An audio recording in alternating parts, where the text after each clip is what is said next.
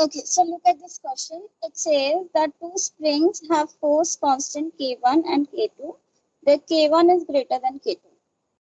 On which spring is more work done if they're stretched by the same force, and in the second case, if they're stretched by the same amount.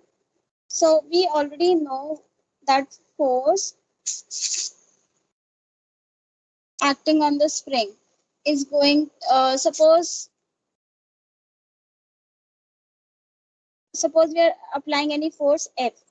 So this force is going to produce an extension of K1 X1 in spring 1, and the same force will be equal to K2 X2 for spring 2. Fine. If we are applying the same force, I'm doing case 1, then we apply the same force. So now work done would be equal to, we have already calculated the work done yesterday. What is the work done? Basically, it is minus. Yes, ma'am, minus. What is the work done by the spring?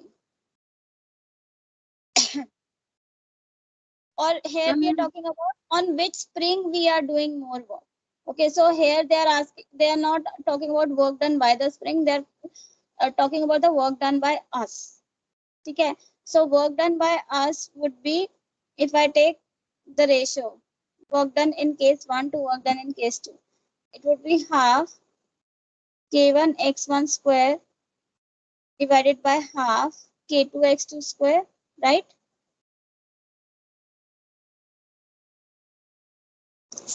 We got this. Yes, ma'am.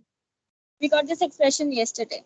So now, because the force is equal, because the force applied is equal, I can rewrite this as, this is half and half obviously get cancelled.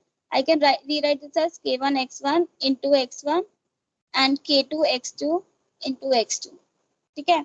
Why am I doing this? Because I know that K1 X1 is equal to the force applied is equal to K2 X2. So K1 X1 is equal to K2 X2, so I can cancel out.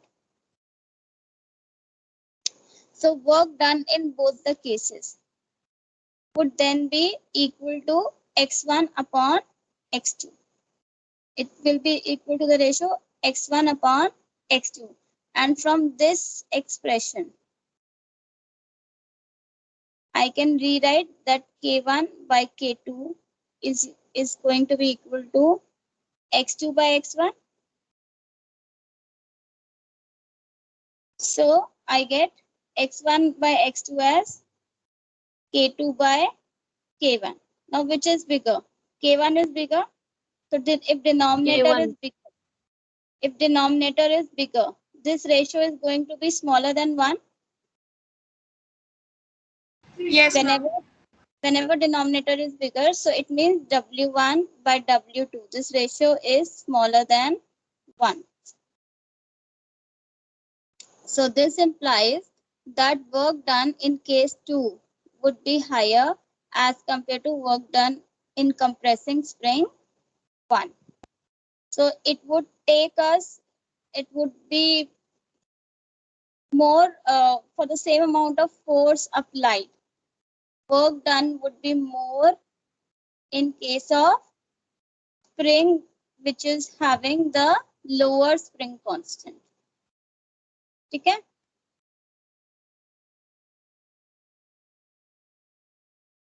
Everybody clear with this case? Shall I move forward to the next case?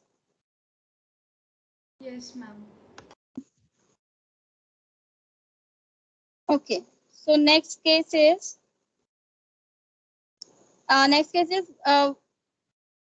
on which spring is more work done if they're stretched by the same amount. So now the amount of extension produced is same. So work done for spring 1 would be half K1 X square, and work done for spring 2 would be half K2 X square. Now we don't have X1 and X2 because we are producing the same extension. So now I can take the ratio W1 upon W2 as it will come out to be K1 x square divided by K2 x square. X square and x square will cancel out, and I get it equal to K1 by K2. Now K1 is bigger, K2 is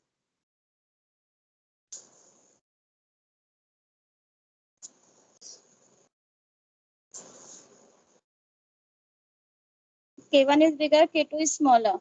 So what do I get? This ratio is going to be bigger than 1. It means W1 by W2 will be greater than 1. So I get work done in case on spring 1 would be more as compared to work done by spring 2.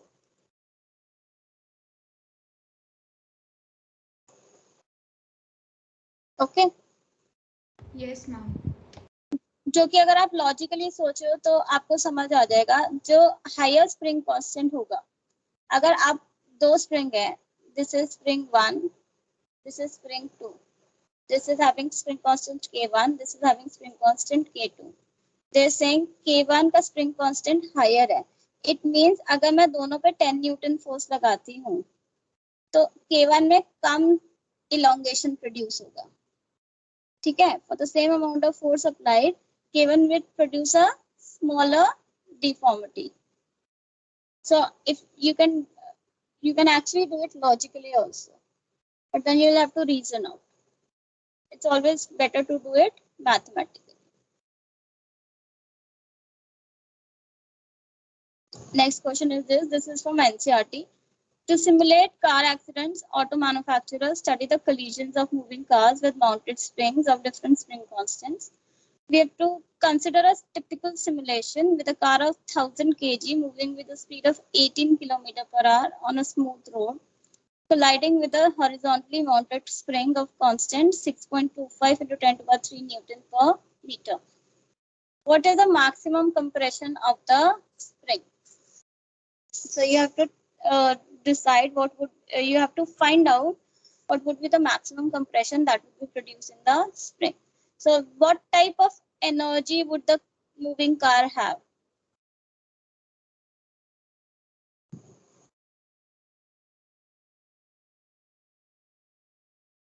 Compression कौन produce करेगा इस spring में ये बताइए सबसे पहले because first we'll have to find out that amount of work done. So 18 km per hour would be equal to 5 meter per second.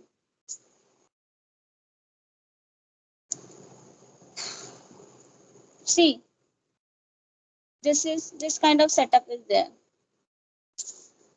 This is your car. Car is moving, right? So if car is moving, it will have kinetic energy. So we will write half mv square equal to half kx square. It is the kinetic energy of the car that would get transferred to the spring and produce compression in the spring. Okay?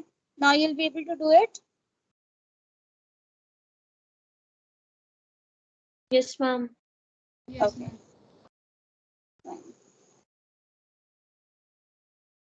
I'll forward the PPT to you so you can try out these examples. Now we come on to power. Power, again, this is one concept we have done previously also. Power of a device or power of a agent is the rate of doing work. Basically, if you have two machines and you have to decide which machine is better, uh, something something like have you ever bought a mixer or grinder or a microwave or an AC by looking at its power rating? Do you ever look at power rating while buying any electrical device? Yes, ma'am. Okay. So basically that ensures a device with higher power rating indicates it will do the same amount of work done. It will do the same amount of work in a smaller time. Okay. Say you have two people uh, can do the same work, but one of them is able to do it in 5 seconds. The other one is able to do the same work in 15 seconds. So obviously you are going to prefer somebody, work तो आपका हो रहा है, दोनों case में हो रहा है. So but always we tend to prefer something which will do the work in a faster or efficient manner. So we'll prefer the person who will do the work in 5 seconds. So same is the case here. Power is the rate at which work is being done, meaning how fast or how slow energy is getting transferred, or how fast or how slow work is getting done.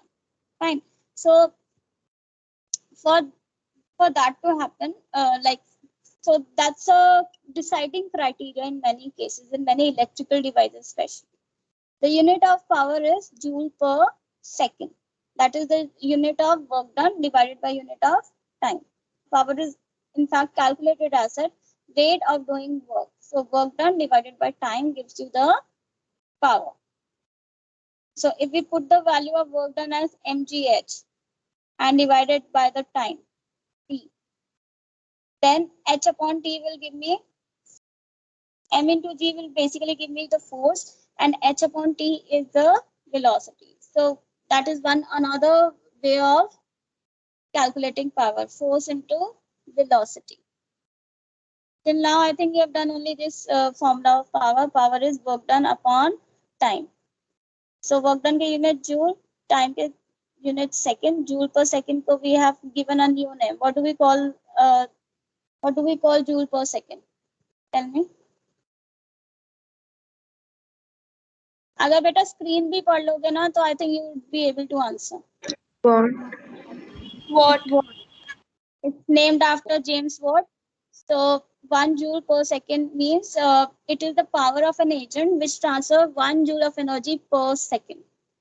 Okay, it will transfer energy or it will expend that energy. So if I have a bulb of 1 watt, it means every second it is using 1 joule of energy. So a 10 watt bulb means it every second it is using 10 joule of energy. Fine. Dimensions are dimensions of energy divided by dimensions of time. So dimension of energy are ml square t minus 2 divided by dimensions of time. So this becomes ml square t minus 3. ml square t minus 3. These are the dimensions of power. Okay, class 11, I wanted to discuss with you the pattern for question paper. Before I forget, please. Okay, next class I'll discuss. I will be ready with a. I will note it down somewhere because right now it's there in my messages. So you will have all MCQs, but the MCQ, obviously you will have assertion reason, you will have case-based questions, and you will have uh, simple half mark MCQ. So the division of marks, I will tell you in the next class. What is the division of marks? How many questions you are going to get? What time you will get? Okay?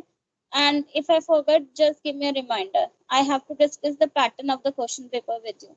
Or what you can do is you can go to the CBSE website. You can check out the pattern for class 12. So your examination is going to be basically on the same pattern. And we will have practical also. And we will have sixth option exams also this time.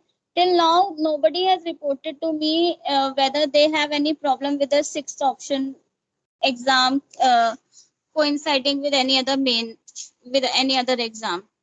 Beta, last में मत बताना. I have already forwarded. I know yesterday there were a lot of messages. That's why I'm discussing it. Yesterday there were a lot of messages. On messages mein, I hope you do not lose out on important messages that you have to check. Please make a note and check the sheet where I have sent all the assessment options, like which exams are on the same day. So if any of you, if you've taken a sixth option, then your exam should not be coinciding with any other of your main examinations. Secondly, many people have asked me this query. Sixth option बेटा एक बार अगर आपने ले लिया, if you miss the paper, 11th, yes, it will have no repercussions in the sense आपका फिर वो six option हटा दिया जाएगा. अगर आप मिस करते जाओगे, अगर आप सिक्स ऑप्शन का एग्जाम नहीं दोगे तो आपको सिक्स ऑप्शन हटा देंगे. बट देन ऐसा नहीं कर सकते कि आपने 11th का आप फिर 12th में जाके बोलो कि मैंने तो लिया था सिक्स ऑप्शन. ठीक है, unless you are giving the examinations, you will not carry it forward. Only if you attend all the examination, you will be able to take it forward in class 12. Also, for if you have taken sixth option, like if you have got yourself registered for sixth option for class, because right now we will register you for class 12th, right? So if you get yourself registered for sixth option and then you don't give the sixth option exam, then your mark sheets can be held up. Okay, I've this year this was the case with few of the students that they did not give their sixth option exam thinking that it's optional, but what happened was now their mark sheets have been held up. So think before you opt for it. Yes, it's a good option because it does tends to give you an edge, but follow it through if you have chosen it. Okay, so now we come on to the most important topic of this chapter, that is collisions. Now, when we are talking in terms of collisions, collision is said to occur if the bodies physically collide against each other, or if the path of one body is getting affected due to the force exerted by another body. Like a very popular example is Rutherford's alpha scattering experiment. Remember class 10, Rutherford's alpha scattering experiment. What happened to what happened? You have an impact parameter. Like if the particles come closer to the nuclei, they will get deflected by, some will get deflected by small angles, some will get deflected by large angles. So in alpha scattering experiment, the particles are not coming, they are not actually physically going and colliding with the nuclei, but their path gets affected due to the force exerted by the nuclei. So in that case also, as per the concept of collisions in physics, we will say a collision has taken place. Although there is no physical contact with each other, but a collision is said to have occurred. Fine. So there are various types or categories into which we can put the collisions. And that is decided by the energy conservation which is happening. Fine. So we have elastic collisions and we have inelastic collisions.